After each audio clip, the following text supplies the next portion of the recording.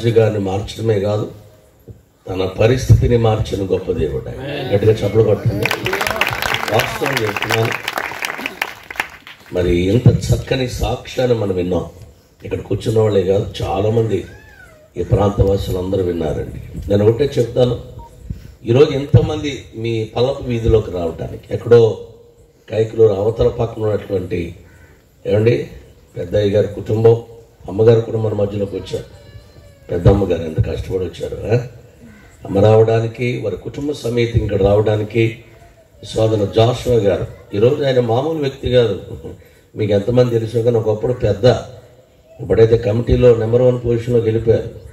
మన group of సంస్థకి అద్భుతమైన ఒక ర్యాంకులో ఉన్నాడు ఆయన. అయినా కూడా చాలు, ఆయనకున్న సంఘాలు సరిపోవా? రావాలన్నీ కష్టపడాలా?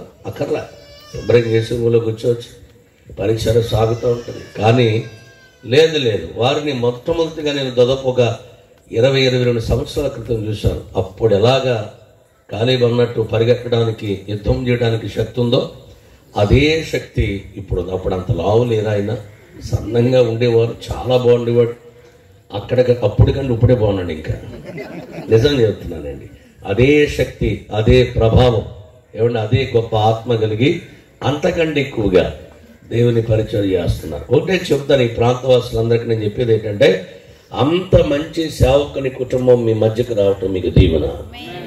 అలాంటి వారి ప్రార్థన చేయించుకుంటే, అలాంటి వారి చేతులు మన శిరస్సు మీద పడితే, అలాంటి వారి పాద ధూళి ఈ పల్లపు వీధిలోకి వస్తే అది మీకు దీవెన అని ప్రేమతో మనం చేస్తున్నాం. చిన్న మాట చెప్తాను, దేవుని మందిరం ఒక చోట ఉంది అంటే ఆ ప్రాంతం అంతటికి దీవెనే.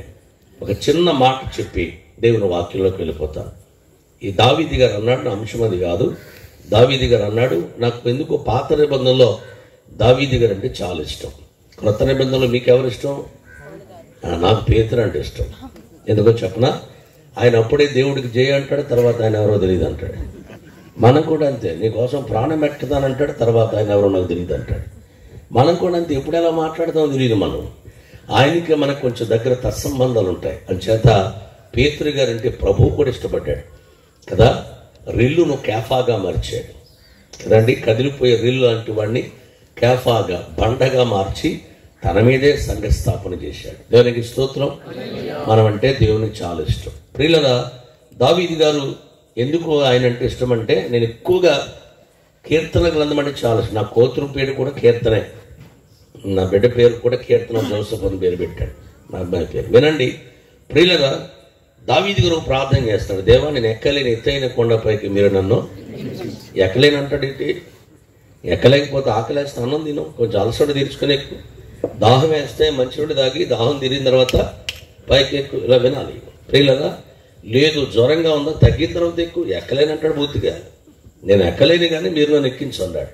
ఎందుకు ఎక్కాలి, ఎందుకు ఆయన ఎక్కించాలి అంటే దాని అర్థం, ఫిలిష్తీయుల చేతిలోకి మందస్సం వెళ్ళిపోయింది. మందస్సం అంటే అందరికి అర్థమాట చెబుతున్నాను, దేవుని మందిరమే. దేవుడు మీ మధ్య ఉండాలి అంటే మీరు నా కోసం ఒక స్థలం ఏర్పరచండి భక్తుడైన మోషే గారితో చెబుతాడు. అప్పుడు ఆ మనస్సాన్ని ఎలా చేయాలో కూడా చెప్తాడు. కొలతల ప్రకారంగా ప్రభు చేస్తాడు. అది దేవుని నివాసం ఉన్న స్థలం, అంటే దేవుని మందిరం. దాన్ని దోచుకుని పోయారు కొంతమంది దుండగులు. ఎవరి వల్ల బయటకు వెళ్ళిపోయింది? మొదటివారు కడపటివారు, కడపటివారు మొదటివారు అన్నట్లు ఈరోజు ప్రియులరా బయటికి వెళ్ళింది. కారణం ఎవరు? దారి విడుచుకున్నది వీళ్లే. ఏలి ఆ దినాన్ని మందబుద్ధి కలిగింది గనక తన కొడుకులు చేసిన భయంకరమైనటువంటి పాపం వల్ల బయటకు వెళ్ళిపోయింది. వీళ్ళ దగ్గర ఉంటాం కంటే వాళ్ళ దగ్గర ఉంటాం మంచిది అనుకున్నాడేమో. వెళ్ళిపోయిన తర్వాత దావీదు గారు యుద్ధం చేశాడు, ఫిలిష్తీయుల్ని జయించాడు. మందస్సం తేవడానికి ఎలా తేవాలని ప్రార్థిస్తుండగా దైవజనుల ద్వారా హెచ్చరించబడి కొత్త బండి చేయించాడు. కాడి మొయ్యని పాడి ఆవులు తయారు చేశాడు. అందులో ప్రియుల మొత్తానికి మందస్సం పెట్టాడు. బండి వస్తూ ఉంది. బండి మీద ఎవరున్నారు? దేవుని మందిరం ఉంది, అంటే దేవుడే. అది వస్తూ ఉండగా మధ్యలో ఒక చోట మొత్తాన్ని బండి ఒరిగిపోయి ఉంటుంది. మందస్సం పడిపోబోతూ ఉండగా ఒక అతను గబగబా పరిగెట్టుకెళ్ళి దాన్ని అటు పట్టుకున్నాడు. ఏమైపోయాడు? ఎవరు పేరు? ఉజ్జా. ఉజ్జియా కాదు, ఉజ్జా. ఉజ్జా అనేవాడు రాలిపోయాడు అక్కడే. మందసాన్ని పట్టుకున్నవాడు చచ్చిపోయాడు. ఈ వార్త రాజ్యమంతా వెళ్ళిపోయింది. రాజుగారికి వినపడింది. అయ్యా మందసంలో ఏముందో తెలియదు కానీ దాన్ని పట్టుకున్నాడు చచ్చిపోయాడయ్యా.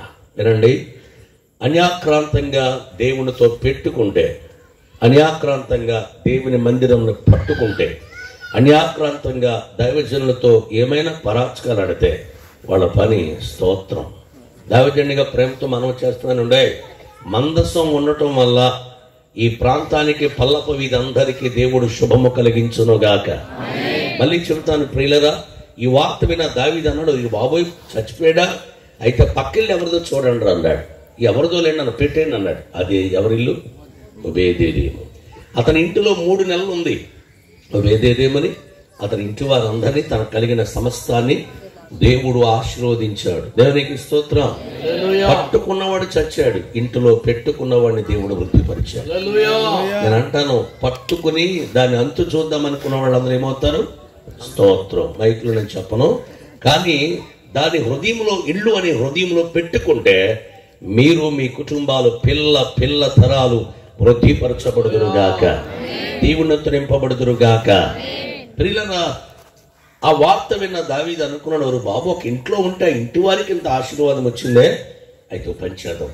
ప్రపంచానికి నడిబొడ్డేది యెరూషలేము. యెరూషలేము దాదాపు మీరు వెళ్ళితే తెలిసే ఉండేది. యెరూషలేంలో 5 పర్వతాలు ఉన్నాయి పశ్చిమ తీరంగా. ఆ పర్వతాల మధ్యలో ఒక పెద్ద అగాధం, అంటే ఒక చెరువులా కూడా ఉంటుంది. అలాంటి పర్వతం మీద, ఒక పర్వతం మీద, ఒక కొండ మీద మందసం తీసుకెళ్ళి అక్కడ కట్టి, మందిరం కట్టి, ఈ మందసాన్ని అక్కడ పెడదాం. ఒక ఇంట్లో ఉంటే ఇంటి ఛాయలకు, పునాదులకి, సరిహద్దులకు దీవెనిగా మార్చిన వాడు. ప్రపంచానికి నడిబొడ్డులో ఉంటుంది ప్రపంచానికి ఆశీర్వాదం అని దావీదు నమ్మి, ప్రపంచ ఆశీర్వాదపు క్షేత్ర బిందువుగా యెరూషలేము ఉండాలి. ప్రపంచం అంతటికి దీవెనకరంగా ఉండాలి. జాతి భేదం లేదు, కుల భేదం లేదు, దేశ భేదం లేదు. ఏ దేశమైనా ప్రపంచం అంతా బాగుండాలి అని కోరుకున్నాడు దైవ సేవకుడు. గట్టిగా చప్పలు కొట్టండి. అదే ఆసక్తితో మందిరం కట్టాలని వ్యక్తం అనుకున్నాడు. అక్కడికి వెళ్ళాలి అంటే ఆ కొండ గుహల్లో ఎబీసీలు అనేవారు ఉన్నారు. ఎబీసీలు అంటే నెఫిలీలకు మరొక జాతి, రాక్షస దారుఢ్యం కలిగిన వారు, భయంకరమైన రాక్షసులను. వాళ్ళని జయించడం అంటే దావీదు వల్ల కాదు అనుకున్నాడేమో. అందుకే దావీదు అంటాడు, దేవా వాని ఓడించే శక్తి నాకైతే లేదు, నీకుంది. యుద్ధము నువ్వు చేయి, మందసం పట్టుకెళ్ళి మందిరం నేను కడతా. బోలో క్రీస్తు మహారాజ్కి. మందిరాలు కట్టే బాధ్యత నాది, శత్రు సమూహాల్ని హతమార్చే బాధ్యత నీది. ఈరోజు దైవజనుడిగా ప్రేమతో మనం చేస్తున్నాను. మనుషులందరికీ శత్రువు ఎవరండి? చీకటి తప్ప, పాపము తప్ప, శత్రువు తప్ప. మనందరము దేవుని పిల్లలమే. నువ్వు ప్రభుని నమ్మినా నమ్మకపోయినా, సోదరి సోదరులారా, ప్రియ దేవుని పిల్లలారా, ఈ రాత్రి ఎంతమంది వాక్యం వింటున్నారో కానీ వారందరికీ దైవజనుడిగా నేను చెప్పే మాట ఏంటంటే, ఒక మనుషుడు భూమి మీద ఉద్భవించాడు అంటే కేవలం అది దేవుని మహాకృప. దేవుని దయ వల్లే. నువ్వెవరైనా కావచ్చు, నువ్వు ఎక్కడైనా ఉండొచ్చు, నీ పరిస్థితి ఏదైనా కావచ్చు, లోకంలో మనం అనుకున్నట్టు మన కులం ఏదైనా కావచ్చు, మతం ఏదైనా కావచ్చు, దేవుని దయ వల్లే మనం పుట్టాం. మనందరికీ దేవుడు ఒక్కడే, మనందరం ఆరాధించువాడు ఒక్కడే. మరలా చెబుతున్నాడు, మనం అందరం వెళ్ళాల్సిన మార్గం కూడా ఒకటే. కాబట్టి ఈ రాత్రి ఇది మతబోధ మాత్రమే కాదండి, మార్గోపదేశం. మతమని మత్తు పట్టి తిరుగుతున్న ప్రతి మానవ జాతిని వారు మదిరి మార్చడానికి, వారి హృదయాలు మార్చబడి క్రీస్తు బిడ్డలుగా మార్చబడడానికి మాత్రమే ఈ గొప్ప సువార్త కూడికను ఇదిగో ఈ పలపు వీధిలో పెట్టారు. నేను అంటాను, మరలా గనక నేను వస్తే ఈ పలపు ప్రాంతంలో ఉన్న ప్రతి ఒక్కరు కూడా ఎత్తైన, మెండైన ఆధ్యాత్మిక ఉన్నత స్థితిలోనికి వచ్చుదురుగాక. అలాగని ఇల్లు గట్టిగా పెద్దగా కట్టుకోమని అంట్లే, ఎత్తులో కట్టుకోమని అట్లా అంటలేదు. మన హృదయం అనే ఇల్లు పల్లములో ఉన్నావేమో, జారిపోతూ ఉన్నావేమో, అలాంటి వారు ఆధ్యాత్మికంగా ఒక మెట్టులోకి పైకి వచ్చుదురుగాక. అనేక మంది క్రీస్తుని ఆరాధించడానికి దగ్గరగా వచ్చుదురుగాక. ప్రభుని ఆరాధించే బిడ్డలుగా ఉండాలని దైవజనుడికి నేను కాంక్షిస్తున్నాను. చాలా క్లుప్తంగా ఈ రాత్రి కొన్ని మాటలు చెబుతారు. చాలా అద్భుతమైనటువంటి మాటలు మనం విన్నాం. వాస్తవంగా ఆయన చాలా మంచోడు. పాస్టర్లు కొట్టడానికి వెళ్ళలేదు, తిట్టలేదు. రాజుగారు తిట్టారండి ఎవరన్నా పాస్టర్లు? తిట్టలేదు. కొట్టడానికి వెళ్ళారండి. మరి నేను కొట్టడానికి వెళ్ళాను. ఏసన్న గారిని, ఎవరినే? ఏసన్న గారిని ఇంతపాటు కొట్టలు పట్టుకుని నరకడానికి వెళ్ళాను నేను. స్టోడపుర సుధాకర్ గారు తెలుసా మీకు? గజ దొంగ. అదేంటో ఆయన దొంగతనానికి వెళ్తానట, కేజీ బంగారం లేకుండా ఇంటికి వచ్చేవాడు కదట. అది నెల పట్టినాయి, 2 నెలలు పట్టినాయి, నెల పట్టినాయి, రూపాయి 2 రోజులైనా కేజీ దొరికిందంటే ఇంటికి వచ్చేవాడటండి రాజుగారు. అంత ఖచ్చితంగా. స్టోడపురంలో అతనికి ఒక నిక్నేమ్ ఉంది. మేము తరచూ వెళ్తుంటాం. అన్నయ్య బతుకున్నప్పుడైతే ప్రతి సంవత్సరం నేను, పి జోషి గారు, గండిగుంట రాజుబాబు గారు స్పీకర్స్ అక్కడ. ప్రతి సంవత్సరం మేము ఉండేవాళ్ళం. పిల్లరా ఆయనకున్న నిక్నేమ్ ఏంటో చెప్పనా? బంగారు పిచ్చుక. ఏంటది? బంగారు పిచ్చుక అనే నిక్నేమ్ ఉంది, డైలాగ్ ఉంది ఆయనకి. ఆయన వస్తున్నాడంటే బంగారం వస్తున్నాడు, పోలీసులు కూడా సంఖ్యలు కొట్టుకునేవారట. అర్థమవుతుందా? అలాంటి వాడిని దేవుడు మార్చుకుని సాక్ష్యం చెప్తుంటే మా నిడదవోలు అంటే భీమవరం వారు తెలుసు. ఆంధ్రప్రదేశ్లో అప్పుడు ఆంధ్ర తెలంగాణ కలిసే ఉంది. హైదరాబాద్ తర్వాత విజయవాడ పెద్ద రౌడీజం. విజయవాడ తర్వాత ఎదురా అంటే నిడదవోలే. భయంకరమైన రౌడీజం ప్లేస్ అని. అక్కడ పుట్టి పెరిగాను నేను. నా దరిద్రం ఏమో తెలియదు కానీ అతి చిన్న వయసులో పాడైపోయి నేను. అతి చిన్న వయసులోనే చాలా ఘోరాతి ఘోరమైన కార్యాలు. లోకములో ఎన్ని రకాల పాపాలు ఉన్నాయో అన్ని రకాల పాపాలు నేను చేసేసానండి. వాస్తవం చెప్పిన అపోస్తుడైన భక్త పౌలు అన్నట్లుగా పాపులందులో ప్రధాన పాపిని అన్నాడు కదా, ఆ రెండోవాడు నేనేనేమో. అంతటి ఘోరమైన పాపిని, దుర్మార్గుడిని. ప్రియులరా, మీకు తెలిసి ఉంటుంది ముదురుపాడు జాన్ గారు. చంపేస్తాను వాడికి ఇచ్చాను ఆయనకి. ఆయన చంపేస్తానన్నా నేను. ఇలా ముగ్గురుతో కలిసి దేవుని పరీక్షల్లో పాల్గొనే ధన్యతను, అవకాశాన్ని ప్రభు నాకు అనుకరించాడు. దేవునికి స్తోత్రం. 1999లోనూ 98లోనూ ఏలూరులో మీటింగ్లు పెట్టారండి. ఓసన్న మినిస్ట్రీ వారు కాదు కానీ ఏసన్న గారిని పిలిచారు. అప్పటి ఇంకా నేను ఏలూరుకి రాలే, నిడదవలో ఉండి సేవ చేస్తున్నాను. పొట్లూరు రాజారావు గారిని ఇప్పుడు పాస్టర్ సంపత్ అంటారు, పాస్టర్ సంపత్ గారు అంటారు. వాళ్ళ నాన్నగారు గ్రేసమ్మ గారు అంటారు, ఏలూరులో గ్రేసమ్మ గారు. వాళ్ళ ఆయన గారి పేరు పొట్లూరు రాజారావు గారు. కమ్మ కుటుంబం నుంచి రక్షించబడ్డారు. వారు జీజస్ మెస్ అనేది ఉండేది. అప్పుడు జీజస్ ప్రార్థన మందిరం కాదు, మెస్ ఉండేది పెట్రోల్ బంక్ ఎదురుగుండా. ఆ పెట్రోల్ బంకు ఎదురుగుండా ఉన్న మెస్లో ప్రియులనా వారు సభలు పెట్టి నన్ను పిలిచారు. నేను వారికి ఎలా తెలుసో నాకు తెలియదు. అయ్యా మీరు వాక్యం చెప్పడానికి రావాలండి, సిఆర్డి కాలేజ్ గ్రౌండ్స్లో మీటింగ్లు పెడుతున్నామన్నారు. రెడ్డి కాలేజ్ గ్రౌండ్స్లో మీటింగ్సా? చాలా పెద్దవే. నేను ఎలా తెలిసేలా కానీ మొత్తానికి వచ్చా. వచ్చిన తర్వాత మీటింగ్ గ్రౌండ్కి వెళ్ళాం. మీటింగ్ గ్రౌండ్లో దాదాపు ఒక 20,000 మంది సుమారు ఉంటారు. 20,000 మంది ఏమో కానీ 10,000 మంది పైబడి 20,000 మంది దగ్గర ఉంటారు. ఎంతమంది నా కోసమా అనుకున్నా. అప్పుడు నేను పెద్ద సరిగ్గా ఎవరికి తెలియదు. అయినా కూడా అనుకుంటూ దగ్గరికి వెళితే స్టేజ్ మీద సింహంలా కూర్చున్నాడు ఏసన్న గారు. ఎందుకు వచ్చిన జనాలందరూ ఎవరి కోసం వచ్చారు? ఏసన్న గారి కోసం. నేను అనుకున్నాను నా కోసం అనుకున్నాను. తీరా అక్కడికి వెళ్ళిన తర్వాత స్టేజ్ ఎక్కుతున్నాను కానీ ఒక భయం ఉంది. ఎందుకు? ఒకప్పుడు ఆయన చంపడానికి గొడ్డలు పట్టుకుని వెళ్ళాను. ఏమంటాడు ఏంటో నాయనా ఆయన దగ్గరికి వెళ్ళాను. నన్ను గుర్తుపట్టలేదు అనుకున్నాను. నేను మెల్లగా కూర్చున్నాను. నాకు ప్రసంగం ఇచ్చేశారు. 4 మాటలు 45 నిమిషం ఓ పాట పాడాను, సాక్ష్యం చెప్పాను, 2 మాటలు చెప్పి కూర్చున్నా. రేపు కూడా ఉంది నాది. సరే కూర్చున్నాను. ఏసనగా లేవటమే ప్రసంగానికి అన్నాడు, ఈ అబ్బాయిని ఎవరు పిలిచారండి అని. నాకు దడ ఎక్కడ కూడా బాబా బయటికి పోమంటాడేమో, పెద్దోడు కదా, పెద్ద సేవకుడు. అప్పుడు అరే ఎవరు రెడీ ఎందుకు పిలిచారు వీడిని, ఎవరు పిలిచారంటే రాజారావు గారు బ్రతికే ఉన్నారు. పైకి లేచి బాబయ్య నేనే పిలిచాను సార్. పిలిచిన మీరేనా? వాడు నన్ను చంపుతానడు ఒకప్పుడు. అప్పుడు గొడ్డలకి ఒకవైపునే ఉంది పదును. ఇప్పుడు ఏలూరు పట్టణాన్ని చంపడానికి వచ్చాడు. ఇప్పుడు పట్టుకొచ్చినటువంటి కత్తికి 2 వైపులా ఉంది పదును. తమ్ముడు మంచోడు కాదు, ప్రభు మార్చుకున్నాడు. దేవునికి స్తుతం చెప్పండి.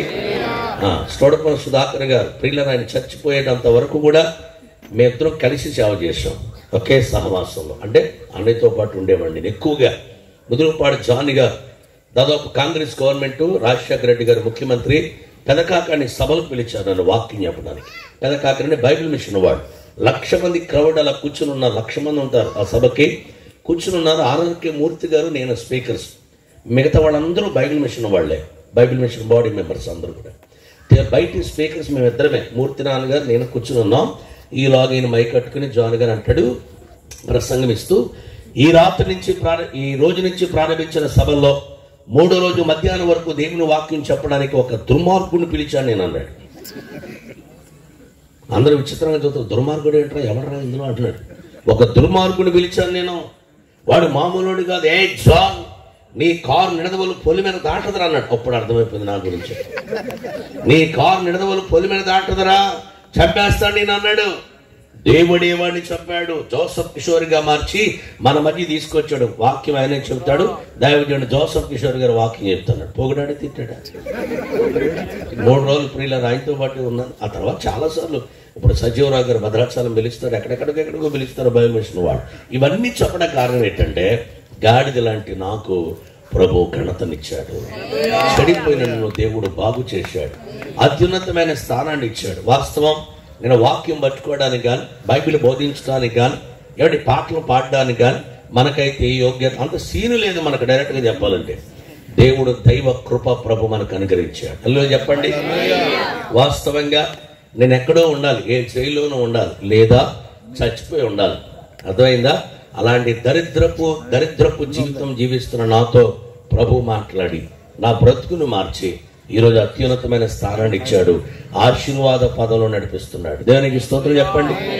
ఒకప్పుడు నా బ్రతుకంతా ఏడిపోయానండి, ఒకప్పుడు నా జీవితం అంతా ఏడిపోయి నన్ను అందరూ విడిచిపెట్టారు. అనాదిగా తిరిగా నేను, భిక్షగాడిగా బ్రతికను. ఒక మాట చెప్పాలంటే అనాదిగా భిక్షగాడిగా దరిద్రుడిగా బ్రతిక నేను.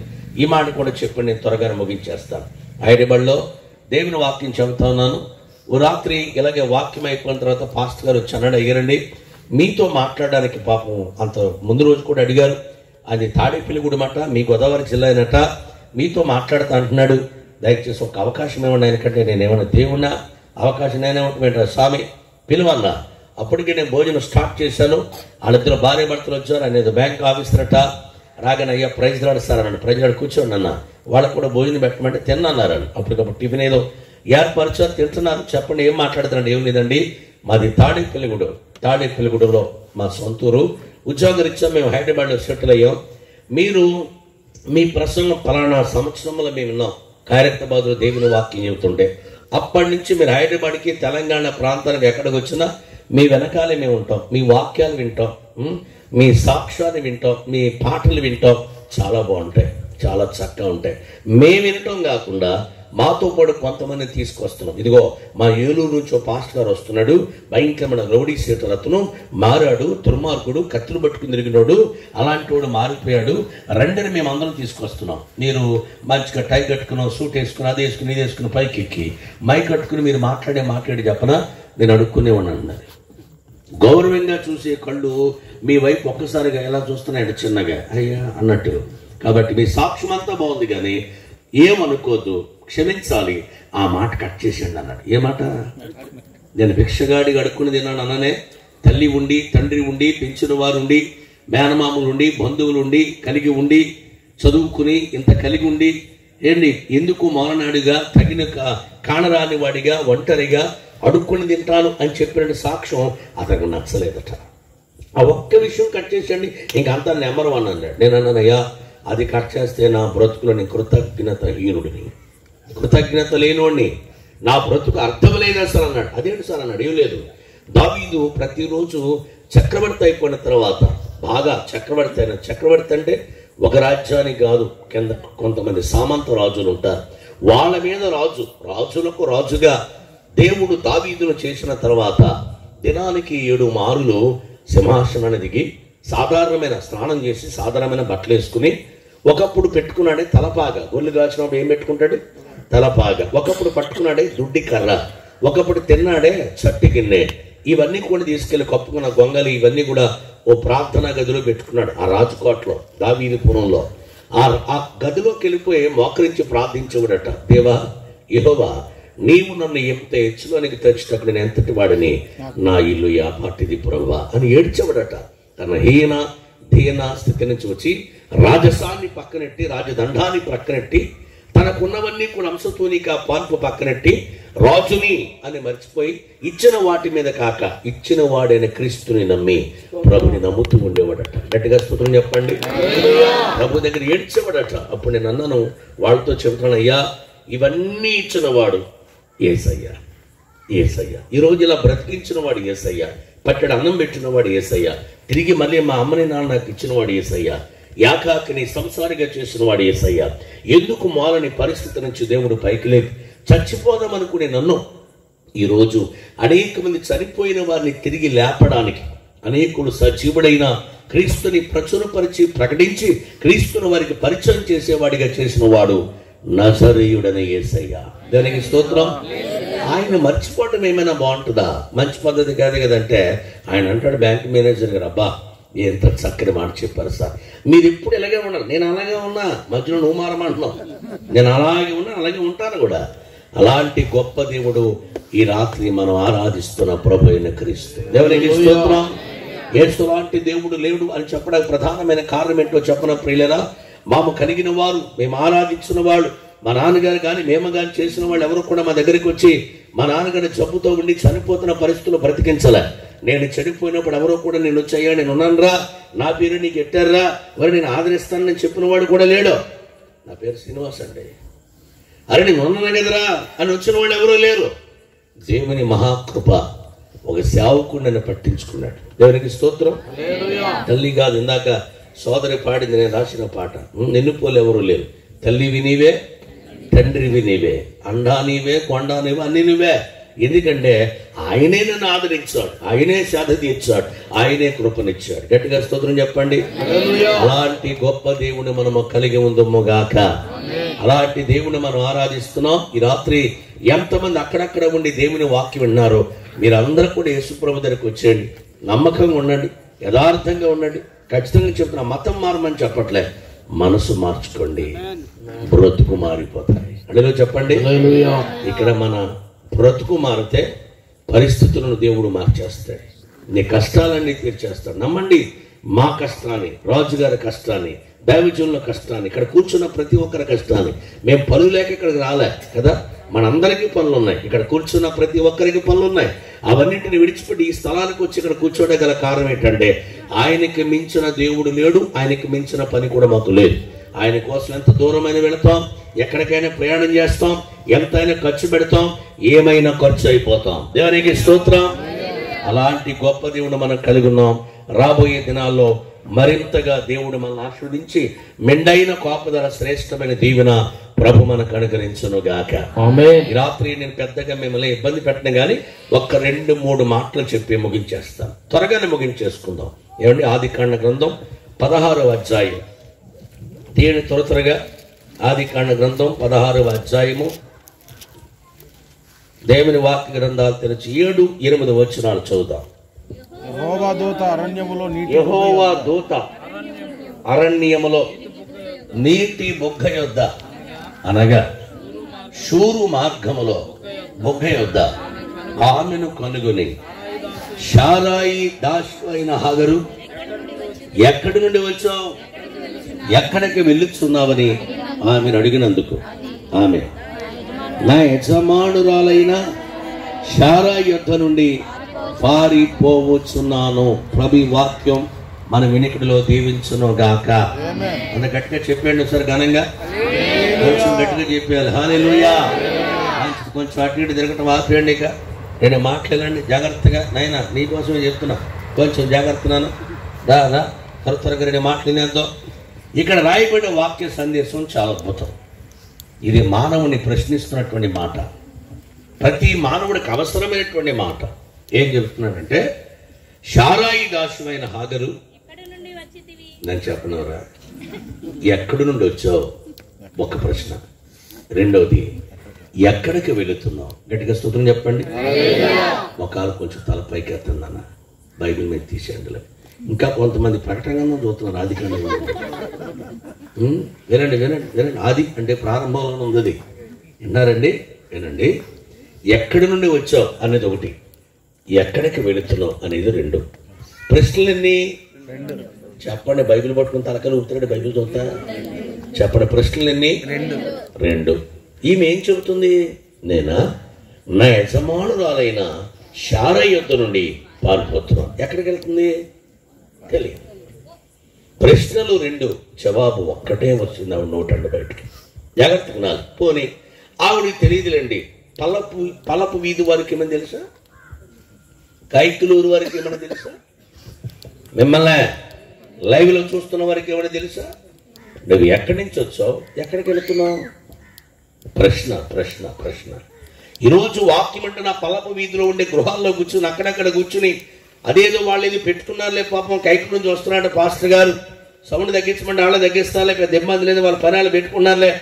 మళ్ళీ చెప్పిన అన్నదమ్ములారా, అక్క చెల్లెండ్రారా, దైవజనుడిగా మీకు చెప్పేటువంటి మాట ఏంటంటే మా కొరకు మేము పెట్టుకోలే, మేము ఆల్రెడీ గొట్టెక్కేసాం. సముద్రములో కొట్టుకుపోతున్న వారిని తీసి లాగడానికి మాత్రమే మీరు కూడా గొట్టెకి లాగాలని, దరికి చేర్చబడాలనే ఈ దైవికమైన దైవ శక్తి పరిచర్య. దేవునికి స్తోత్రం చెప్పండి. మిమ్మల్ని ఒక మాట అడుగుతాను, ఈ దినాన్ని పలక వీధిలో ఉన్నవారు అందరినీ అడుగుతున్న మాట ఇది, ఎక్కడి నుంచి వచ్చావు అన్నా, తమ్ముడు, అక్క, చెల్లి, బాబు, నువ్వు ఎక్కడి నుంచి వచ్చావు? ఒకడు గట్టిగా చదివించినవాడు అన్నాడు, కోతుల నుంచి వచ్చాను అన్నాడు. ఆడు కొంచెం జ్ఞానం ఎక్కువైపోయి, చదువు ఎక్కువైపోయిన అందరూ మెంటలీ డిజార్డర్లోకి వెళ్ళిపోతారు అనుకుంటాడు. అరే నాయన ఎక్కడి నుంచి వచ్చారా? కోతుల నుంచి. మా తోకేదిరా. చచ్చిపోతున్న సమయంలో ఆయనే చచ్చిపోతున్న సమయంలో చాలా మంది సేవకులు దర్శించారు ఆయన్ని, ప్రార్థన చేస్తుంటే ఆయన ఇచ్చిన స్టేట్మెంట్ అట, ఏమయ్యా నువ్వు ఇలా రాసావు, ఇది నిజమేనంటానే బాబా అంటే అన్నాడట. ఏమన్నాడు? ఏమో ఇది ఎక్కడ కూడా ప్రశ్నేసావు కదరా, మనందరం పలానా చోట వచ్చేసావు అన్నావు కదరా, నువ్వేదో ముద్రించమని చెప్పు రాజముద్రలాగా. ఇప్పుడు ప్రపంచమంతా అది పట్టుకుని ఊగుతున్నారా కోతుల్లాగా. రాత్రి దావిజండిగా ప్రేమతో మనం చేస్తున్నాం బిడ్డలారా. కాదు కాదు కాదు, అది నువ్వు చదువుకున్న పుస్తకంలో కూడా ముందు కోతి ఉంటుంది, తర్వాత లేచిన కోతి, తర్వాత మారిన కోతి, తర్వాత కొంచెం తోక తక్కువైన కోతి, ఆ తర్వాత తోకలేని కోతి. ఏంటంటే కింద 7వ స్థానం వచ్చినప్పటికి మనిషి. చదువు ఎక్కువైపోయి. నేను ఒకే ఒక మాట అంటానండి, భగవంతుని స్వరూపంలో భక్తుడు చేయబడ్డాడు. భగవంతుని చేత చేయబడిన వాడే భక్తుడు అవుతాడు, భక్తుని చేత చేయబడిన వాడు భగవంతుడు. భాష అర్థమవుతుందని అది అర్థమవుతుందా? మనం దేవుడు చేసుకోవటం ఏంటంటే మనల్ని దేవుడు చేశాడు. ప్రజలు చెప్పండి. రాత్రి విమర్శించడానికి మాట్లాడట్లేదండి, విషయం వచ్చింది కనుక కాస్త విశదీకరిస్తున్నాను అంతే. మనం ఎక్కడి నుంచి వచ్చాం తెలుసుకోండి. ఎక్కడి నుంచి వచ్చాం, మనం ఏ పక్క నుంచి వచ్చాం, ఏ ప్రాంతానికి వచ్చాం. ఇలాగే చెప్తుండే ఒక ఆవిడ అందే మోటిగా, నేను ఇంటికాడ నుంచి వచ్చాను, తిరిగి ఇంటికి వెళ్ళిపోతానండి. ఎవడలొద్దానండి ఇలా ఆవిడన్నా కొంచెం ఆటుగానే ఉంది కానండి, అది కొంచెం భావగర్భీతమైన సత్యం. అది కాస్త ఆవిడన్న మాట నిజమే. ఆవిడ ఏమన్నా అయ్యారండి, ఇంటికాడ నుంచి వచ్చాను, మీటింగ్ అయిపోయినా మళ్ళీ ఇంటికి వెళ్ళిపోవాలి కదా, మంచిది అన్నది. కొంచెం ఆవిడ తెలివి తక్కువగా మాట్లాడిందో, తెలివి ఎక్కువైపోయి మాట్లాడిందో ఏంటో తెలియదు కానీ ఖచ్చితంగా నిజం. మనం ఎక్కడి నుంచి వచ్చాం? అక్కడికి వెళ్ళటమే ధర్మం. ఇప్పుడు చెప్పండి, మనం ఎక్కడి నుంచి వచ్చాం?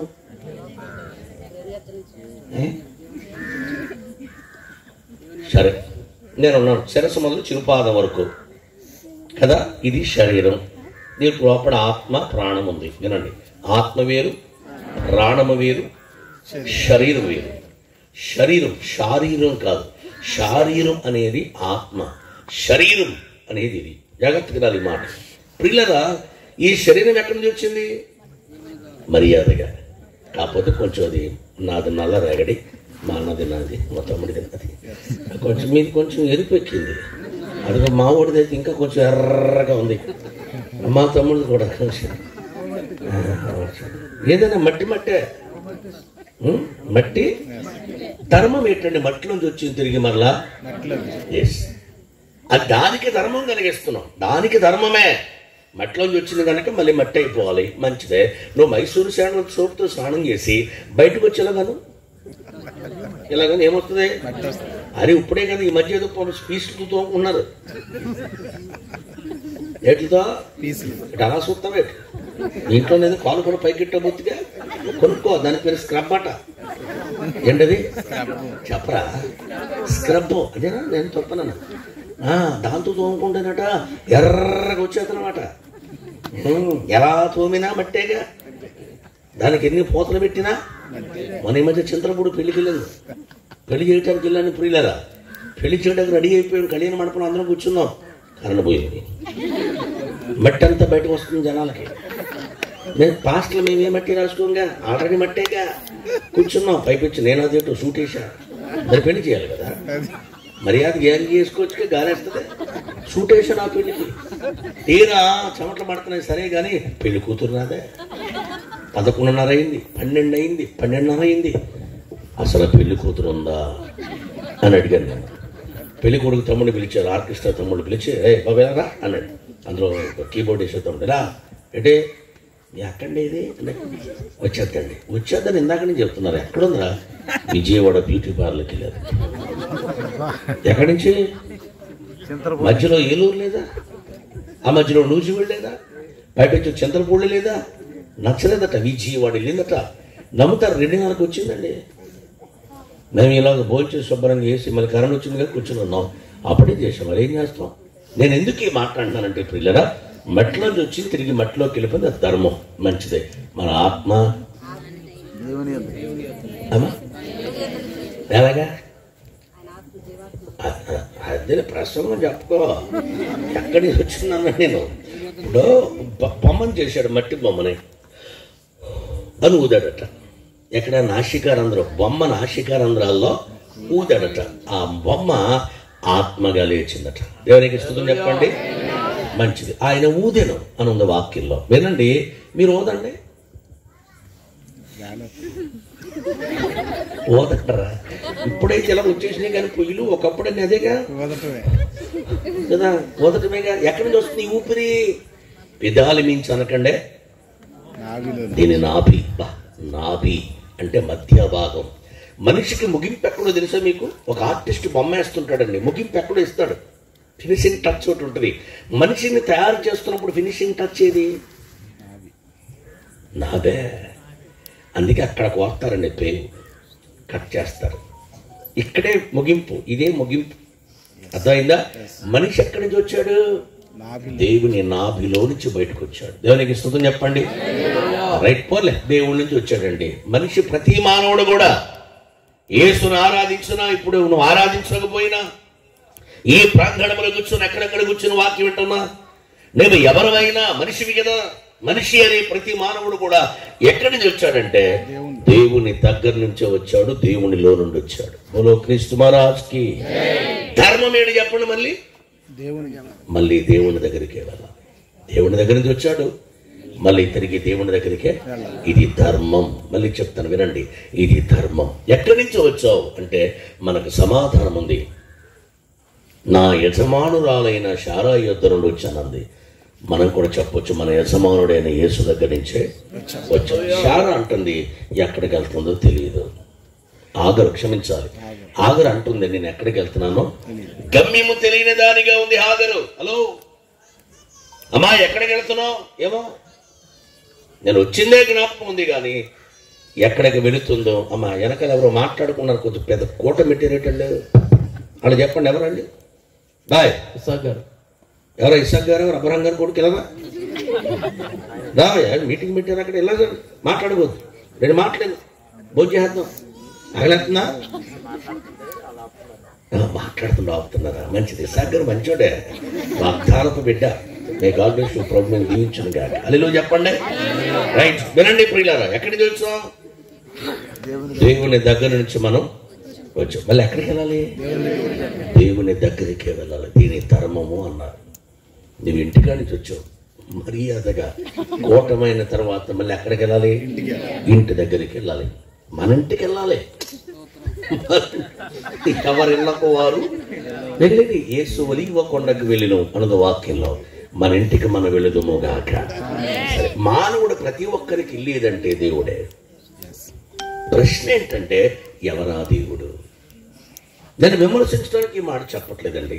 మనం రావడానికి కారకుడైన దేవుడు, ఇలా ఉండడానికి కారకుడైన దేవుడు, ఇంత ఆరోగ్యకరంగా, సౌష్ఠంగా, సౌలభ్యంగా, ఉన్నతంగా మన బ్రతకడానికి కారణమైనటువంటి దేవుడు ఎవరో తెలుసుకోవడానికి ప్రత్యేకమైన కోడికలు, ఆర్భాటాలు. ఈ ఆర్భాటాలు, ఈ కోడికలండి. సత్యము తెలుసుకుందాం. దేవునికి స్తుతులు చెప్పండి. కూరగాయలు వాడు ఇలా వచ్చాడు కొన్ని సందులోకి, టమాటాలను పట్టుకుంటావు, అది వేసేనా అని అంటావా? ఒక్కో టమాటా తీయటం అమ్మేవాడు చూస్తుంటాడు. అది ఎప్పుడైనా కొన్నావా నువ్వు కూరగాయలు అన్నట్టు?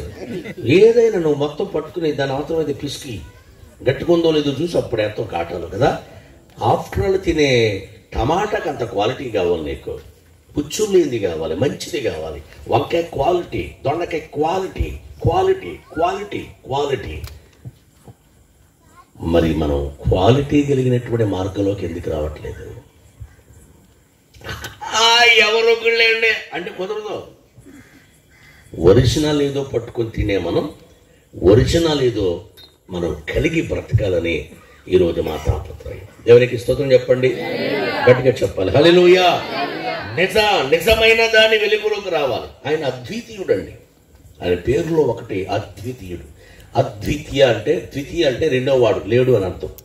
ఆయనే ఒకళ్ళు ఉంటే ఆయనే అయ్యి ఉన్నారు అంతే, మరొకడు లేడు. గట్టిగా స్తోత్రం చెప్తారా? సరే, మనం ఎక్కడి నుంచి వచ్చామంటే దేవుని నుంచి వచ్చాం. మళ్ళీ ఎక్కడికి వెళ్ళాలి? దేవుని దగ్గరికి వెళ్ళిపోవాలి. అలా దేవుని దగ్గరికి వెళ్ళడానికే ఎక్కడైతే ఇప్పుడు మనం ఉన్నామో మార్పు చెంది పరిస్థితులు మార్చుకుని స్థితిగతులు మార్చుకుని ప్రభు దగ్గరికి రావడానికి, సత్యాన్ని తెలుసుకోవడానికి, నిత్యుడైన క్రీస్తుని కలిగి ఉండడానికి, నిజంగా నికర్సైన దైవ బిడలుగా బ్రతకడానికే ఈ ప్రత్యేకమైనటువంటి కూటమని మరొకసారి మనం చేస్తున్నాం. వాక్యం ప్రేమతో మనం చేస్తుంది. అక్కడి నుంచి వచ్చిన మనము అక్కడికి వెళ్లకుండా మార్గ మధ్యలో మనం పాడు చేస్తున్నాం. మార్గ మధ్యలో మనం హైజెక్ చేస్తున్నాం. హైజెక్ అంటే తెలుసండి? హైజెక్ అంటే అమెరికా నుంచి ఏమండి లండన్ వెళుతున్న విమానాన్ని మధ్యలో ఆఫ్ఘనిస్తాన్ దుండగులు ఏమండి విమానంలో చొరబడి విమానం నడిపే పైలట్ను పట్టుకుని గన్ షూట్ చేసి హైజెక్ చేసి అది లండన్ వెళ్లకుండా ఆఫ్ఘనిస్తాన్ తీసుకెళ్ళిపోయారు. దానిని ఏమన్నారు? ఐజక్ అన్నారు. ఐజక్ అంటే వెళ్ళవలసిన మార్గానికి వెళ్లకుండా దారి మళ్లించి మరొక చోటకి తీసుకెళ్ళిపోవడం. అక్కడ తీసుకెళ్ళిపోయి ఏం చేస్తారు? తీసుకెళ్ళిన వాళ్ళు వాళ్ళ ఇష్టం ఏదో కనుక్కుంటారు. బాయ్ ఇండియా వాళ్ళారా, లేదా అమెరికా నుంచి వచ్చారు కనుక బాయ్ అమెరికా దేశమా, మీ కనుక ఇదిగో మీ వాళ్ళందరూ మీకు అప్పచెప్పాలంటే మాకు ఇన్ని ఉన్నాయి, ఇవి తీరిస్తే మీ విమానం మీకు ఇచ్చేస్తాం, విమానంలో ఉన్నవారు మీకు ఇచ్చేస్తాం, లేదా చంపేస్తాం అని అన్నారు. హైజెక్ చేసిన వాడు మనం క్షేమంగా ఉంచడానికి కాదు, వాడి కోరికలు తీర్చుకోవడానికే వాడు హైజెక్ చేస్తాడు. సపోజ్ మానవుడు కూడా అంతే. రాత్రి దేవుని వాక్యం వినాలి. ధర్మం తండ్రి దగ్గర నుంచి వచ్చాం, ధర్మం తండ్రి దగ్గరికి మనం వెళ్ళిపోవాలి. అది ధర్మం. అక్కడే కాకుండా మరొక చోటకి వెళుతున్నాం. మనం మరొక చోటకి వెళుతున్నాం. ఎలా వెళుతున్నాం? ఏ విధంగా చేస్తున్నాం? యెషయా గ్రంథంలో ఒక మాట ఉంటుంది, చదువు త్వరగా. 14వ అధ్యాయం, యెషయా గ్రంథం 14వ అధ్యాయము 17వ వచనం. 14:17. భూమిని కంపింపచేసి రాజ్యములను వణికించిన వాడు ఇతడేనా?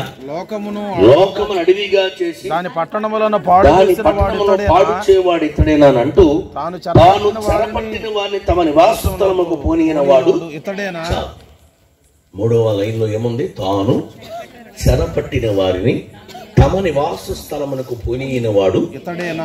మళ్ళీ ఒకసారి నా వైపు ఇలా చూడండి, కొంచెం ఇలా చెప్పండి, నాతో చెప్పండి మాట. తాను చెరపట్టిన వారిని తమ నివాస స్థలమునకు పోనివ్వకుండా చేయవాడు ఇతడేనా? ఇది గుండెల్లో ఉండాలి మనకు మాట. దయచేసి వినాలి. మధ్యలో మనం వెళుతున్నాం, బాగానే వెళుతున్నాం. మానవుడు ప్రతి ఒక్కడు కూడా సరిగానే ఉన్నాడు. మధ్యలో సాతానుడు ఏం చేశాడంటే చెరపడుతున్నాడు.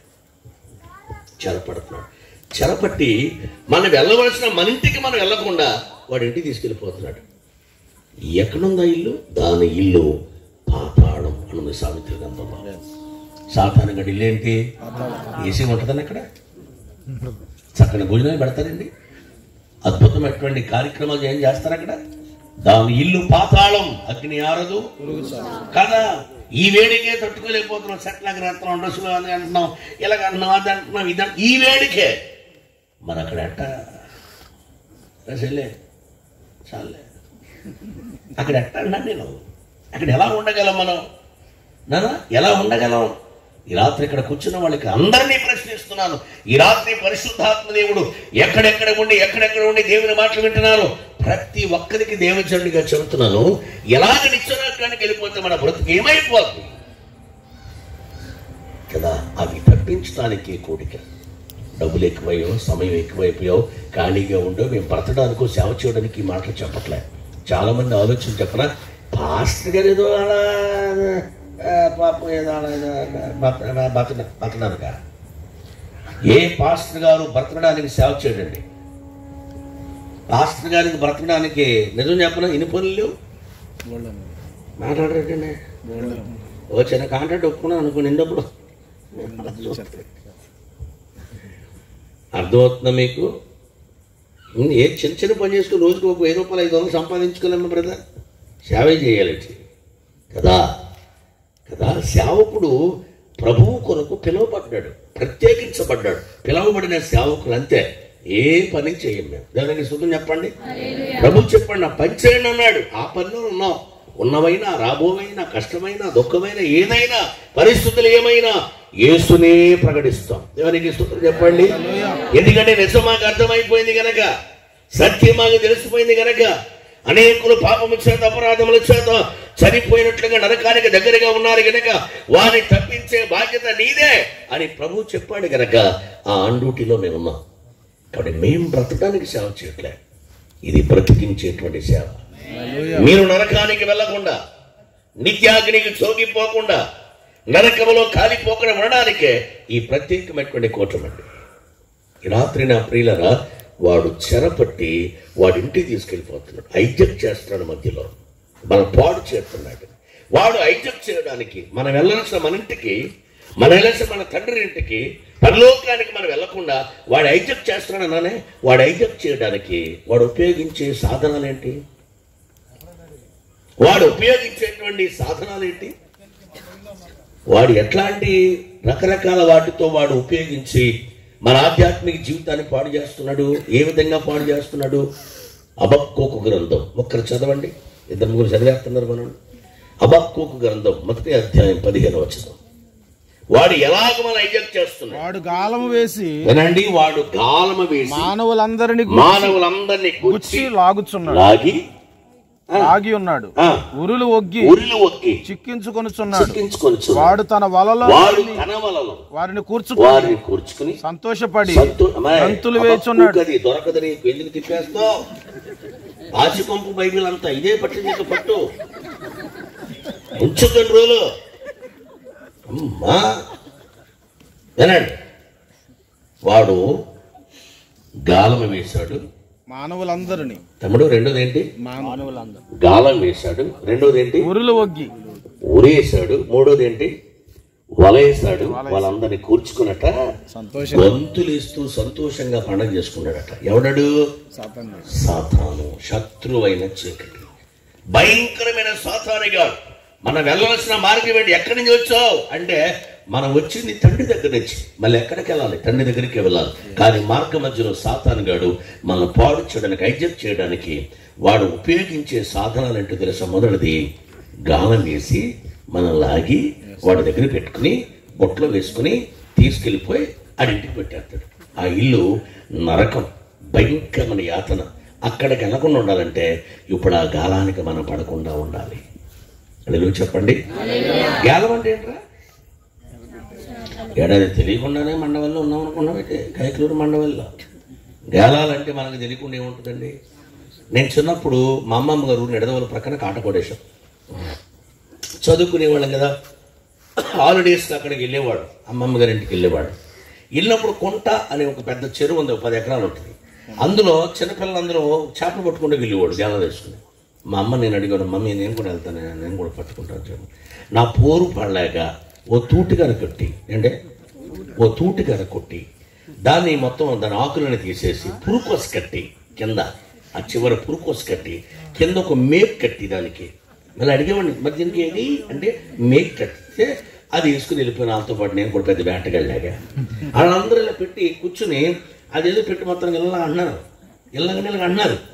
నేను కూడా ఇళ్ళగన్నాను, చిన్నపిల్లవాడిని ఇళ్ళగానే పెడుతున్నాను. ఒక చేప రాదే వాళ్ళు ఇలాగన్నా టక్కుని తెస్తున్నారు, పెట్టుకున్నారు, దాచుకున్నారు, మళ్ళీ వేస్తున్నారు.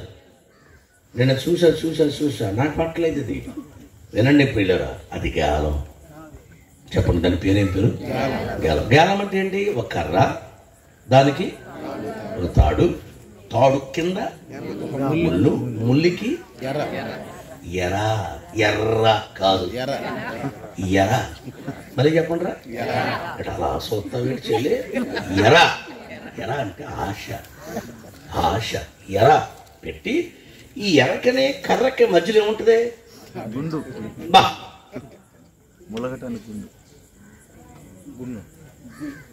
బెండే నాటగాడు పెట్టి కర్రలు పట్టుకుని అస్తమానలుగా అంటాడా? అండగా ఇళ్ళగానే ఇలా పెడతాడు, ఇలా చూస్తుంటాడు. దేన్ని చూస్తాడు? చేపన, బెండుని. ఆ చేప వచ్చినట్టు ఎవరు చెప్తారు సిగ్నల్? ఈ చేప ఆ లోన ఆ ఎర్రని పట్టుకుని అని పోతుంటే ఈ పైన బెండు ఏమవుద్ది? ఈ చేప ఆశకి ఏమవుతుంది? ఆశకి చెప్పండి, ఆశకి ఆకర్షించబడుతుంటది. వినాలి, ఆశలకు ఆకర్షించబడుతుంటది. ఆ ఆశతో వెళ్ళి ఇలా ఇలా ఇలా ఇలా మీకు చెబుతున్నాను చూడండి. చేపల కోసం ఈ ఆశతో వెళ్ళి ఆ చేప ఇలా ఆశతో పాపం దాన్ని ఇలాగ ఇలా జరుగుతూ ఉంటుంది. ఆ పైన బిండు ఇలా ఇలా ఇలా ఇలా ఇలా ఇలా అంటది. అప్పుడు తీయడు ఇలాగప్పుడు దీని ఆశ తీరక ఒకేసారి దీన్ని తినేద్దామని ఒకేసారి అలా పడితే అప్పుడు నోట్లోకి వెళ్ళగానే బెండు మురుగుతుంది దాని బరువుకి. చేప బరువుకి పైన ఉన్న బెండు ఏమవుద్ది? ఇలా ఇలా ఇలా ఇలా ఆడేది. వెంట రైట్ అని కర్ర పట్టుకుని అలా ఎత్తాడు. అప్పుడు వెళ్ళినటువంటి ఇక్కడ పట్టుకుంటుందండి అది. అవునా? ఒక్క మాట చెప్తాను. ఆశ చిన్నదా, చేప చిన్నదా? ఆశ చిన్నది, చేప చాలా. నా తలకాయంత ఉంటుంది ఒకటే చేప. చోకమేటి ఇంత ఆశకి బానిస. 6 అడుగులు ఉంటాడు, 70 కేజీలు బరువు ఉంటాడు. సిగరెట్టి అదెంత ఉంటుంది?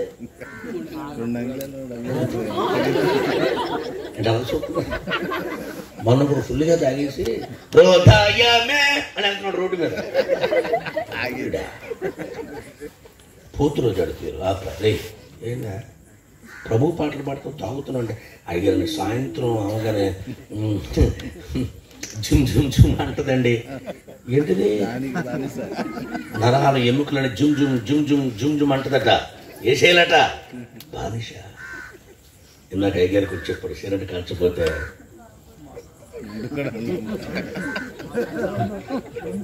లోడింగ్ తప్ప అన్లోడింగ్ బానిష. అప్పుడు రాజుగారు ఏంటి చెప్పనే అనుకోరులైనా సిగరెట్ అప్పుడు బానిస. ఆ తర్వాత విడిచిపెట్టేసాడు. దేవునికి స్తుతం చెప్పండి. అది అంటది రాజుగారండి, అది తాగితేనే సిగరెట్ కాలిస్తేనే నీకు వస్తుంది, లేకపోతే నీ పని అలాగనా వెళ్తాను నాకైతే. అమ్మయ్యా రైట్. ఎప్పుడు ఆశ తీరిపోయింది. నిజం చెప్పనా? అసలు వాస్తవం అది కాదు, మనసు చెబుతుంది. మనసులో ఫిక్స్ అయిపోయాడు ఆయన. సిగరెట్ కాలిస్తేనే వస్తుంది. మీరు ట్యాబ్లెట్ వేసుకోండి, తగ్గుతుంది అంటావా అంటే తగ్గదు, తగ్గుద్ది అంటే తగ్గుతుంది. విశ్వాసం అంతే, విశ్వాసం అంతే. వినండి ప్రియులారా, ఓ రోజు ప్రకాశం జిల్లాలో ఎక్కడో మొత్తానికి ఏదో ఊరి పేరు కూడా ఎర్రగుంటపల్లిలో ఒక ఆర్ఎంపీ డాక్టర్ కూర్చున్నాడట. అది కొంచెం ఏజెన్సీ ప్రాంతం వెళ్తున్న పల్లెటూరు. అందులో ఒక ఆర్ఎంపీ డాక్టర్ గారు బ్యాగ్ కట్టు కూర్చున్నాడు. ఆ బ్యాగ్లో ఏం మెడిసిన్ లేదు, మొత్తానికి అలా కూర్చుని ఉన్నాడు. ఈలోగా బస్సులో వెళుతున్న ప్రయాణికురాలకు ఒక ఆవిడకి నొప్పి అంట.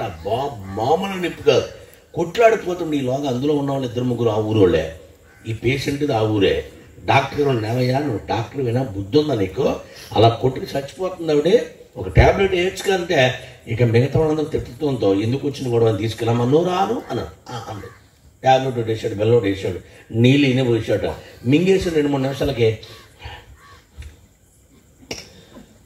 బావయ్య తగ్గిపోయింది బావయ్య అందట. తీరా బస్సు దిగిన తర్వాత ఆ పక్క ఉన్నటువంటి ఒక 2-3 వచ్చాను. అయ్యా అప్పుడప్పుడు మాకు అదే అట్లాంటి నొప్పులు వస్తుంటే మరి గ్యాస్ మీద ఎందుకు తెలియదు కానీ ఆ ట్యాబ్లెట్ పేరు కొంచెం రాసి ఇచ్చేస్తారా, పుండ్రీ బ్రాహ్మ ఇస్తారా అన్నారట. ఆయన అన్నాడట, ఒకసారి చూడండి అని షర్ట్ చూపించాడట. షర్ట్కో బట్టలు లేదు. ఏంటండి అంటే ఆవిడ అడిగినప్పుడు నా దగ్గర ట్యాబ్లెట్లో ఒక్క ట్యాబ్లెట్ లేదు. ఆవిడ నోట్లో వేసింది ఇదిగో ఈ బట్టనే.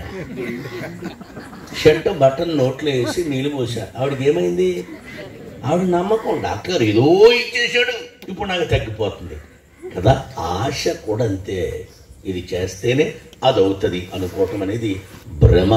ఆత్మలో మనసులో ఫిక్స్ అయిపోయావంతే. మీరు కూడా అంతేగా, చూడాల్సిందే చూడాల్సిందే చూడాల్సిందే. ఏంటో చూసేది? నీకే విడిచిపెడతాను, డాష్ డాష్ చేయాల్సిందే చేయాల్సిందే చేయాల్సిందే. ఏంటది? అది కూడా డాష్ డాష్, అది కూడా డాష్ డాష్. మీకే చెబుతున్నాను ప్రియులారా, అర్థమవుతుందా? ఏదైనా మీరు ఫిక్స్ అయిపోయారు కనుక పాపాలు చేస్తున్నారు. ఈరోజు ఇక్కడ కూర్చున్న వాళ్ళకే కాదు అందరికీ చెబుతున్నా, దేవునికి విరోధమైన కార్యక్రమాలు ఎవరండి చేసేదంటే మనసులో సాతాను గడి మీకు బిల్లేం చేశాడు, ఫిక్స్ చేశాడు. ఇంతే మీ బ్రతుకు, ఇంతే సమస్యలు తీరం, అంతే మా బ్రతుకు ఇంతే, అందరికీ తీరిపోతాయి కానీ మా సమస్య తీరదండి. ఎవడు చెప్పాడు తీరదని? ఎవరు చెప్పారు తీరదని? యేసు నామములో ఈ రాత్రి ప్రార్థన చేయి. ప్రతి విధమైన సమస్య, ప్రతి విధమైన కష్టం, ప్రతి విధమైన నంద, అవమానం మీ కన్నీటిని యేసు నామములో తుడుచునగాక. ఆశీర్వాదంతో దేవుడు నింపేస్తాడు. కాబట్టి నేను అంటాను, చేప చాలా పెద్దది, ఎర చాలా చిన్నది. మానవ జీవితం చాలా పెద్దది. మనం అనుకుంటున్నామే అనుభవాలు అవి చాలా చిన్నవి. పాపం చాలా చిన్నది. మనము జయింపలేనిది కాదు, జయించగలం. ఆ స్తోమత, ఆ శక్తిని ప్రభు మనకిచ్చాడు. దేవునికి స్తుతి చెప్పండి. చాలా మంది అమ్మ బాప్తిసం తీసుకోండి రా తల్లి, బాప్తిసం తీసుకోండి అంటే మేము ఉండగలమా, మేము ఎవడు చెప్పండి ఉండలేమని. రక్షించబడు, ప్రభు నామములోకి రా, పరిశుద్ధాత్మని కలిగి ఉండు, ఒక నియమావళి కలిగి ప్రభుని అడుగు, ఖచ్చితంగా మన జీవితాన్ని ఆశీర్వాదకరంగా నింపేస్తాడు యేసయ్య. హల్లెలూయా చెప్తారా? కాబట్టి మానవ జీవితం దేవుని దగ్గర నుంచి వచ్చాం. మళ్ళీ మనం దేవుని దగ్గరికి వెళుతుంటే మానవుడిని సాతాను గడు లాగి గుచ్చి వాడి ఇంటికి సాతాను పాత్రను తీసుకెళ్ళిపోతుంది. తీసుకెళ్ళడానికి మొదటిగా వాడేటువంటి ఆయుధం జ్ఞానం. అంటే ఆశలు, కోరికలు ఉన్నాయండి తమ్ముడు? కోరుకుందా? ఇంకా కోరికలు ఉన్నాయా? మా బాప్తిసం తీసుకుంటే అప్పుడు ఏమైపోయిందండి, ఇక్కడ పళ్ళు ఉడుకున్నా అప్పుడు ఏమైపోయిందా? మా సంఘంలో పెద్ద బర్త్డే మీటింగ్ జరుగుతూ ఉంది. ప్రసంగం అయిపోయింది, కేక్ కట్టింగ్. ఆ పాప ఎంత ఉంటుంది, ఆ పాపను తీసుకొచ్చారు. పాస్టర్ గారు ప్రార్థన చేస్తూ వాళ్ళ తల్లిదండ్రులను కూడా పిలిచాం. అమ్మ కేక్ కట్ చేద్దాం అంటే ఈలోగా ఈ అమ్మాయి అమ్మమ్మ వచ్చి, ఈ పిల్లకి అమ్మమ్మ వచ్చి అయ్యారండి, మా అమ్మమ్మ లోన ఉందా, మా అమ్మ లోన ఉందట. వీళ్ళ అమ్మ లోన ఉందంటే 4వ తరం మొత్తం. సరే అమ్మ ఆవిడ కట్ చేయనట్టు ఇప్పుడు తీసుకొస్తే తీసుకురామంటే ఆవిడ అని ఇటు ఇద్దరు ఇలా అవసరమండి. ఇప్పుడు అక్కడికి బయటికి ఎక్కడికే కేక్ కట్టింగ్కి ఈ పళ్ళు ఉడుపున మొత్తం పళ్ళు ఉడుపున ఒక్క పన్నే ఊగుతుంది. ఒక్క పన్నే ఉందండి ఆవిడకి, నేను చూశాను. ఒక్క పన్నే, ఆ పన్ను కూడా అటు ఇటు ఊగుతుంది. ఆవిడకి ఇలా తీసుకొచ్చి తీరా తీసుకొచ్చిన తర్వాత నేను అన్నాను, అమ్మా ఎంత ఉంది మీద చేసి, అమ్మా ఎలా ఉన్నా అంటే ఊరికి నేను విషయాలు ఉన్నా. సరిగానే నేను ఈయన అడిగా, ఈ అమ్మమ్మ అందే, అమ్మ బాప్తిసం పొందిందా అంటే పొందలేదు అయ్యారు. పోయి చెప్పు అమ్మా బాప్తిసం పొందావా అంటే అంది. మళ్ళీ అమ్మాయి ఆవిడికి సౌండ్ ఇంజనీర్ అట, మీరు కాదు ఆవిడికి, మీరు బాగున్నారుగా, ఆవిడికి సౌండ్ ఇంజనీర్. మీ ఇంజనీర్ సూపర్. ఆవిడ సౌండ్ ఎంత అరిచినా సరే. అప్పుడు అమ్మమ్మ పక్కన ఉంది సార్, ఇలా అమ్మా అయ్యగారు బాప్తిసం పొందామని అడుగుతున్నానంటే నా ఇంకెలా చూసి నా ముసలి అంది. అంటే అర్థమైతే ఇప్పుడు ఆవిడ బాప్తిసం పొందేస్తే నాకు ఇది పెద్ద ₹1,00,00,000 వచ్చినట్టు. నేనేం పట్టించుకోలేదు. సరే మొత్తాన్ని ప్రార్థన చేసాం. ప్రార్థన చేసినంటే ఇప్పుడు ఆవిడ చేయబట్టుకుని, ఆ పిల్ల చేయబట్టుకుని నేను కట్ చేయించాలి. ఇలా ఊగుతున్నా చెయ్య, అలా గట్టిగా పట్టుకుని మొత్తాన్ని కట్ చేసి మొక్క తీసి పాస్టర్ గారు ముందెట్టాలుగా ఇలా పెడుతుండే. మళ్ళీ ఆవిడ వచ్చాడు, అయ్యారు మీరు కాదు ఆవిడ పెట్టించమ్మా. ఇప్పుడు ఆ పిల్లది ఇవిడ పెట్టింది, ఆ పిల్లకి ఇలా ఊక్కుంటా మొత్తం మొహం అంతా పామేసింది. ఇప్పుడు ఆ చిన్న పిల్ల తీసి నాకు ఎడతంటే ఆ పాప తీసి ముందు అయ్యగారు పెట్టాలని, చిన్నప్పుడు సండే స్కూల్ కదా, తీసుకొచ్చి అయ్యగారు కదా మన ఎవరికి ఆవిడ ఈ పిల్లలే పెడుతుండే. అమ్మ మొత్తానికి ఆవిడకి నోరంతా అయిపోయింది. పన్ను ఊడిపోద్దామని భయం నాకు. ఒకటే పన్ను ఉంది తమ్ముడు, దాని చుట్టూరు పాసే ఉంది. ఒక్కటే పన్ను ఎంత పొడుగు ఉంది, దాని చుట్టూరు ఏముంది, పాసే ఉంది అని మొత్తానికి కొరికిందండి. సగ ముక్క ఉందిగా. అప్పుడు ఈవిడంటే ఈవిడ పేరు కుమారి. ఈవిడ అంటది, అమ్మా ఎవరిని, ఈ చిన్నపిల్లని అయ్యగారు గిట్ట మొక్క అదే ఏ మొక్క అమ్మ నేను కేక్ తిన్నగా అన్న. అదేంటనయ్యా నీకు షుగర్ లేదుగా అంది. లేదు అయినా తిన్నా. అదేంటి మన క్రిస్మస్ తిన్నావు కదన్నయ్యా మానేసాను. ఆ ముక్క కోసి పెట్టవచ్చుగా. ఒక వారం 10 రోజుల తర్వాత ఎవరైతే ఈ పిల్లకి అమ్మ ముందు వచ్చి అన్నయ్య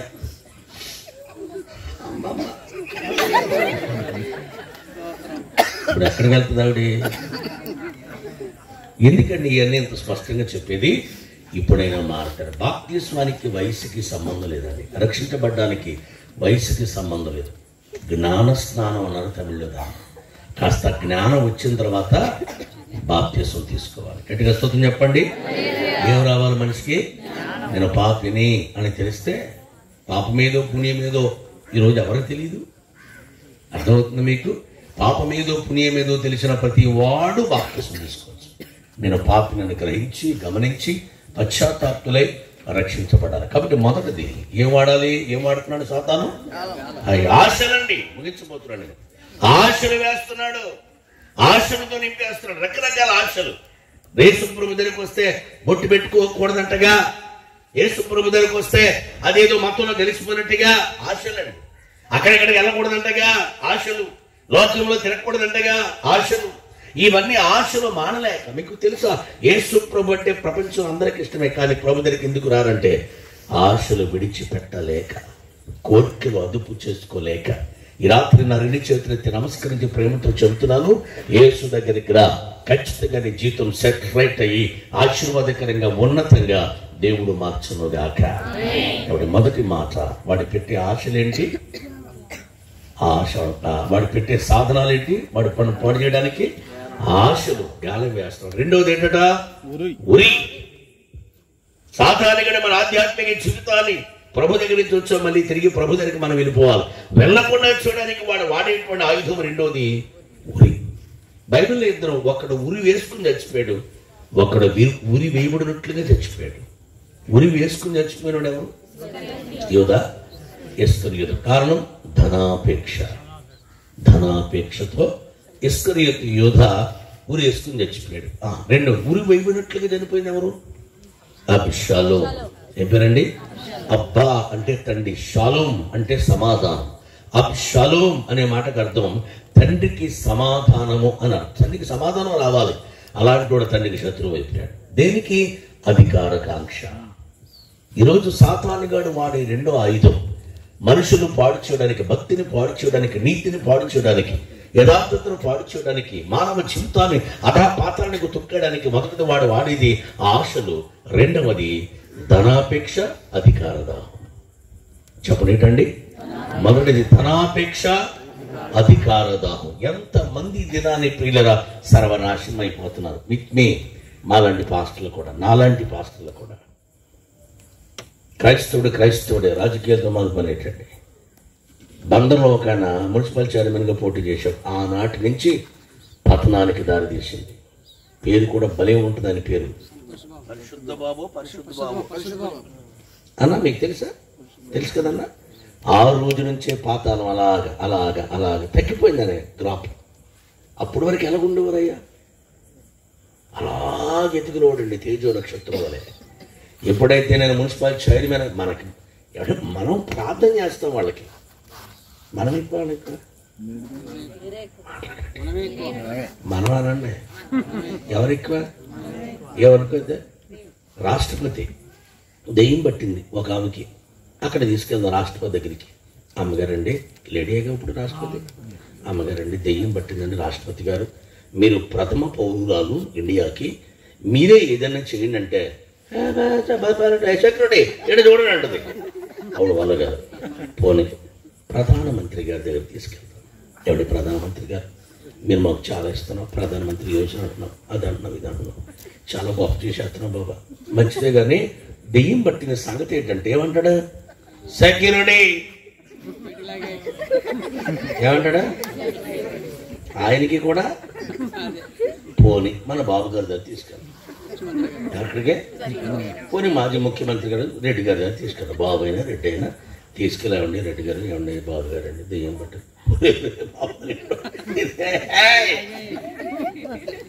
మన ఎమ్మెల్యే గారైనా. అదే ఆదివారం ఇక్కడ 7 గంటల ప్రార్థన అంట. అయ్యగారు వస్తాడు, తీసుకురండి దెయ్యం పట్టినాడు. ఏమంటాడు? రండి రండి తీసుకురండి, రండి బాగుంది అందరూ బాగా రండి సార్ ప్రార్థన చేద్దాం. రైట్ మొదలెట్టండి. రైట్. ఏం పాట? అయ్యగారు రాసిన పాట శక్తి. మాట్లాడరేటి? యేసయ్య నామంలో అలా ఉంటుందా శక్తి? యేసయ్య నామంలోనే ఉంది శక్తి. ఆ శక్తికి ఏమైనా శక్తి ఉందా? యేసయ్య నామంలో శక్తి ఉన్నదయ్యా. యేసయ్య నామంలో శక్తి ఉన్నదయ్యా. చాలు నీవు అందుకుంటావు శక్తిని, నమ్మితే చాలు నీవు అందుకుంటావు శక్తిని. నామంలో శక్తి ఉన్నదయ్యా, యేసయ్య నామంలో.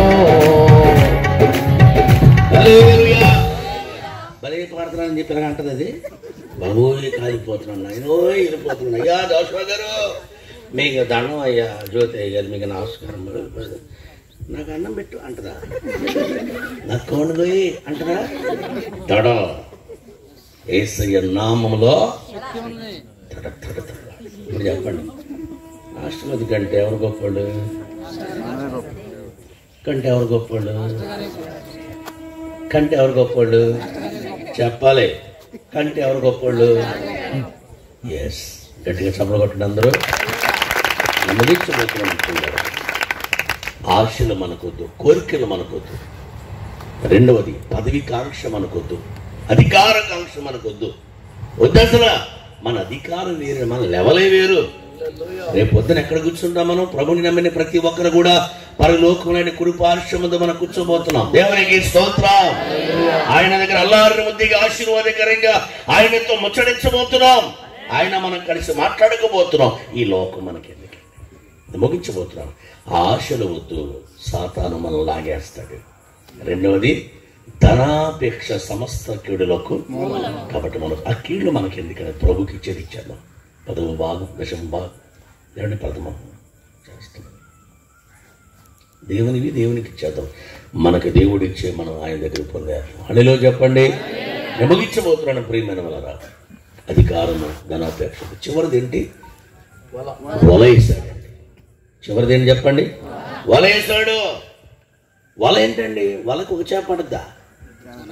సాతానుగాడి క్రైస్తవ జీవితాన్ని దేవుని బిడ్డలుగా బ్రతికేటువంటి బ్రతుకులను హైజాక్ చేయడానికి, వాడింటికి పాత్రను తీసుకెళ్ళిపోవడానికి వాడు వాడేటువంటి ఆయుధం మొదటిది జ్ఞానం అంటే ఆశలు. రెండవది ఉరి అంటే ధనాపేక్ష, అధికార కాంక్ష. మూడవది వల అంటే ఒక చేప కాదు, రకరకాల. చెప్పండి, రకరకాల. ఏంటో వల తెలుసా? కులం, మతం. కులం, కులం. చెప్పండి, కులం, మతం. అసలు కులానికి మతానికి మనకి సంబంధం ఏంటండి? అసలు మనకేం సంబంధం ఉందా? ప్రభుని నమ్మిన మనందరము కూడా దేవుని బిడ్డలు, క్రీస్తు రక్త బంధువులం. అందులో చెప్పండి, క్రీస్తు రక్తములో కడగబడిన ప్రతి ఒక్కరూ క్రీస్తుకు బంధువు. మనం ఎవరికి బంధువులు? ప్రభువులో పుట్టాం, రక్షించబడి బాప్తిస్మం తీసుకుని క్రీస్తు రక్త ప్రోక్షణం మన హృదయ క్షేత్రాన్ని గడుక్కుంటే ఖచ్చితంగా దేవునికి పిల్లలం. మనందరము అన్నదమ్ములు, అక్క చెల్లెండ్రు. దేవునికి స్తోత్రం. మన కులం ఏంటి? మనకు మతం ఏంటి? మతము లేదు, మతము లేదు, కులము లేదు. మనందరూ దేవుని పిల్లలం. అందులో చెప్పండి, కులం అని పట్టి తిరిగితే ఖచ్చితంగా సాతాను నిన్ను బొట్లో, మతం అనుకుంటే ఆ మతమే నిన్ను హైజాక్ చేస్తుంది. నీ జీవితాన్ని అధఃపాతాలను తీసుకెళ్ళి. నేను ఎక్కువగా మాట్లాడట్లేదు, సమయం అయింది, ముగిస్తున్నాను. ఈ రాత్రి ఈ పరిచర్యలో దేవుని మాట విన్న ప్రతి ఒక్కరు కూడా ఇప్పుడైనా బాహాటంగా ప్రభు దగ్గరికి రా. మనం ఎక్కడి నుంచి వచ్చాం అంటే ప్రభు దగ్గర నుంచి వచ్చాం. తిరిగి మళ్ళీ ఎక్కడికి వెళ్ళాలి అంటే ప్రభు దగ్గరికి వెళ్ళాలి.